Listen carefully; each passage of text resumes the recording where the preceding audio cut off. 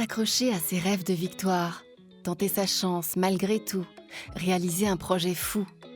Plonger chaque mois dans la vie étonnante de Français qui ont réalisé leurs rêves alors que ce n'était pas gagné d'avance. Faire gagner les rêves des Français, quel qu'en soit le chemin, voilà la mission de FDJ. Découvrez aujourd'hui les histoires singulières de ces gagnants. L'histoire que vous allez écouter est tirée de faits réels. Précédemment, Floris a vécu une scolarité compliquée du fait de son handicap visuel. Alors j'ai regardé son bulletin du 2e trimestre et ses notes baissent, en même temps que sa vue.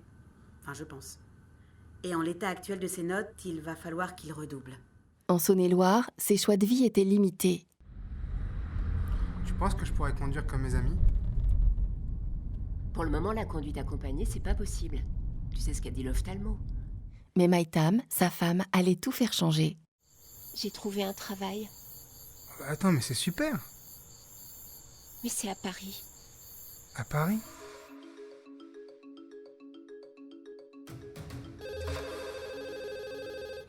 Bonjour, Flavie Julien, organisme Simplon.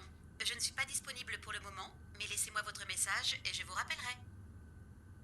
J'ai envie de savoir comment il s'en est sorti à Paris. Quand je suis arrivé ici à 25 piges, j'étais complètement perdu.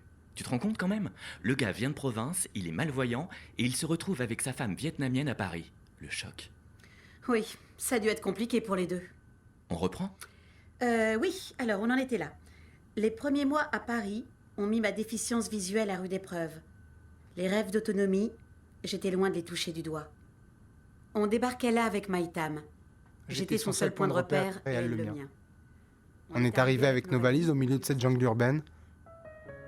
Je pensais que ça allait me simplifier la vie de vivre à Paris.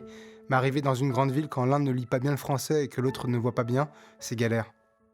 Effectivement, Floris commençait à mesurer les difficultés pour se déplacer dans cet environnement inconnu. Imaginez-vous à sa place, prenez les lunettes d'un proche qui ne voit vraiment pas grand-chose et tentez de faire 100 mètres dans une rue que vous ne connaissez pas. Vous allez comprendre à quel point il est important de bien voir pour se déplacer dans la rue. La malvoyance nécessite l'utilisation d'une signalétique visible, c'est-à-dire une taille de police plus grande, des contrastes dans les couleurs et la possibilité de pouvoir se rapprocher des supports, comme des panneaux par exemple, pour pouvoir se repérer.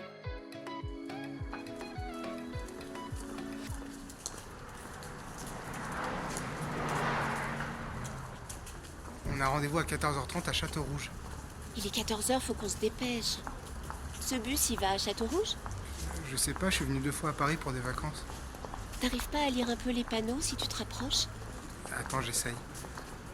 Ah non, c'est trop petit et la lumière m'éblouit. On est où là? Je sais pas, moi. À Gambetta, je crois. Il faut qu'on trouve le nom de la rue. Y a pas... Bon, on va marcher dans ce sens. Floris, attention à la voiture! Wow! Merci ma chérie. Faut que tu fasses plus attention. Bon. On va essayer de trouver le nom de la rue et ça va être plus simple. Oh, mais on va être en retard. Bah, on n'a qu'à demander. Demande à lui. Excusez-moi monsieur. Pas le temps! Il y a une dame, là. Excusez-moi madame. Non, je suis désolée, j'ai un rendez-vous. Ici, ils ont tous quelque chose à faire d'urgent. Ouais. Excusez-moi monsieur. Oui? Bonjour, on voudrait la Château Rouge mais on sait pas comment faire. Château Rouge? Château Rouge. Oui, alors c'est très simple. Vous allez à la place Gambetta, là vous prenez la 3 en direction de Pont de Levallois, vous vous arrêtez à République, vous marchez jusqu'à la 5, vous la prenez en direction de Bobigny Pablo Picasso, vous descendez à Gare du Nord, vous prenez la 4 et là c'est direct jusqu'à Château Rouge. Sinon, vous avez pas de GPS sur votre téléphone? On était tellement stressés, perdus qu'on n'avait pas pensé au GPS. La solution la plus simple qui allait bien nous aider pour nos débuts dans la capitale. Ce royaume où tout le monde semble avoir un gigot au four en train de cramer. Finalement, avec Maïtam, on est arrivé à temps à Château-Rouge pour faire la visite de notre appartement. Et là aussi, on a eu une bonne surprise. Quand Floris dit une bonne surprise, c'est bien entendu au second degré. On n'y pense pas, mais les équipements comme les interrupteurs, les poignées, les prises électriques doivent être bien visibles pour qu'un malvoyant puisse les voir. Et combien d'appartements bénéficient de cet aménagement ? Observez votre logement, ceux des membres de votre famille, de vos amis, et vous comprendrez à quel point notre société n'est pas du tout pensée pour faciliter l'autonomie d'une personne atteinte de déficience visuelle. Et signe avec l'intérieur. La malvoyance nécessite un éclairage renforcé pour pouvoir saisir un objet, appréhender les distances, parvenir à se repérer dans l'espace. Privé de lumière, le moindre escalier par exemple peut vite devenir un véritable obstacle.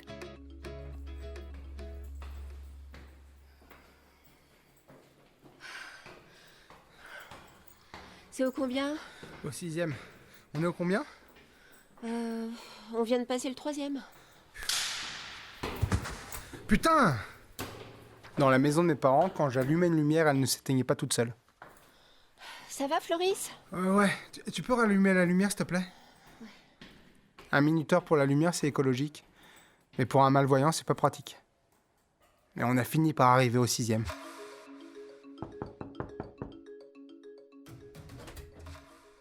Bonjour. Bonjour. Vous êtes monsieur et madame Grisort? Oui. Je vous en prie, entrez. Ça va aller assez vite, je vous préviens. Donc voici la chambre, salon, cuisine et boîte de nuit. C'est drôle parce que quand on vient de province, qu'on a toujours vécu dans une maison et qu'on s'installe à Paris, on pense qu'avec un loyer à 800 € par mois, on va avoir un super appartement avec vue sur un parc. La réalité, c'est que cet appartement ne nous plaisait pas vraiment et nous semblait hors de prix, mais on en avait besoin, même si je sentais dans les yeux de Maïtam qu'elle était aussi déçue que moi. Sans se concerter, on a regardé l'agent immobilier avec un sourire enthousiaste pour faire bonne figure et on a répondu « Super. C'est exactement ce qu'on cherche. » Bon, bah moi j'ai vraiment envie de vous aider. Alors on va signer les papiers et il est à vous. On avait fait le tour des offres et pour le même prix, tout ce qu'on nous proposait, c'était une cave sans luminosité dans laquelle je n'aurais pas pu me repérer. Donc le choix était vite fait. Cet appartement avait au moins le mérite d'avoir une grande baie vitrée. C'était beaucoup mieux pour moi. On l'avait trouvé grâce au contact de Maïtam, via une association qui aide les Vietnamiens s'installant en France. Franchement, sans eux, ça aurait été beaucoup plus compliqué. Pour la recherche d'appartements, on a bénéficié d'une aide improbable, mais ce loyer, on allait devoir le payer. On avait le petit salaire de Maïtam et mes maigres indemnités. Il allait vraiment falloir que je me trouve un travail.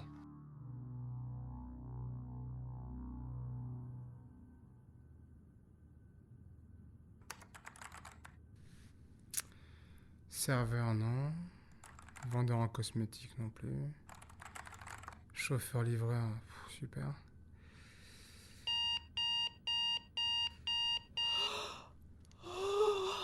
Qu'est-ce que tu fais, mon cœur? Je regarde les offres d'emploi. Tu trouves? Devine. Tu vas finir par trouver quelque chose. Allez, il faut que je me dépêche, sinon je vais être en retard au travail. Très vite, je me suis senti inutile. Alors j'ai essayé d'aider Maïtam comme je pouvais. En allant faire les courses, par exemple. Mais là encore, c'était pas évident. Faire ses courses dans un supermarché représente un véritable défi pour les malvoyants. Il y a bien souvent des obstacles que l'on n'imagine même pas dans les rayons et qui peuvent provoquer une chute. Les prix des produits et la liste des ingrédients qui les composent sont trop souvent illisibles. Ils sont soit écrits trop petits, soit manque de contraste. C'est très difficile donc pour Floris de pouvoir les déchiffrer.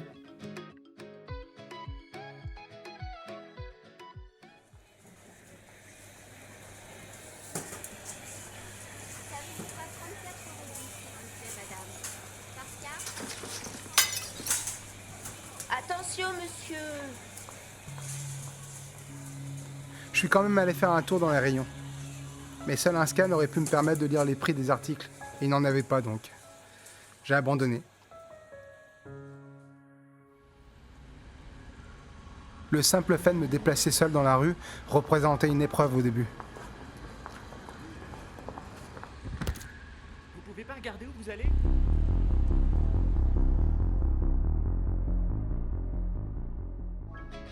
Les rêves de liberté dans les rues de Paris et d'autonomie semblaient à ce stade bien loin. La déficience visuelle n'est malheureusement pas une maladie facilement repérable par les autres. Malgré l'amour qu'il portait à sa femme, Floris se réfugiait alors dans un univers dont il maîtrisait les codes depuis l'enfance.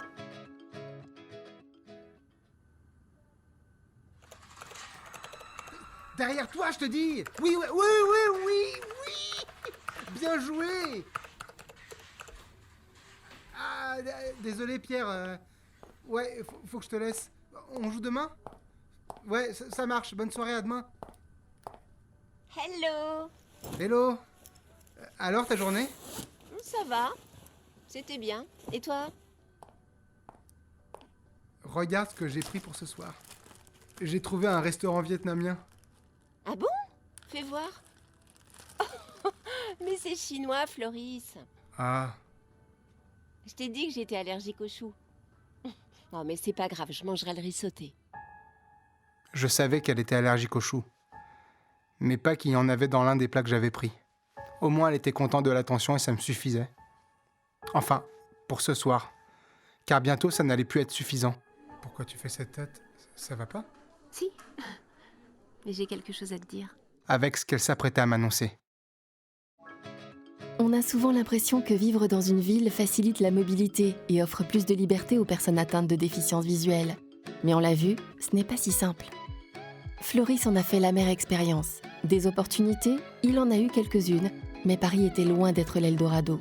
Se déplacer, se repérer était un apprentissage compliqué. Et surtout, Floris ne travaillait toujours pas. Pourtant, à cet instant précis, il croyait toujours en ses rêves d'autonomie.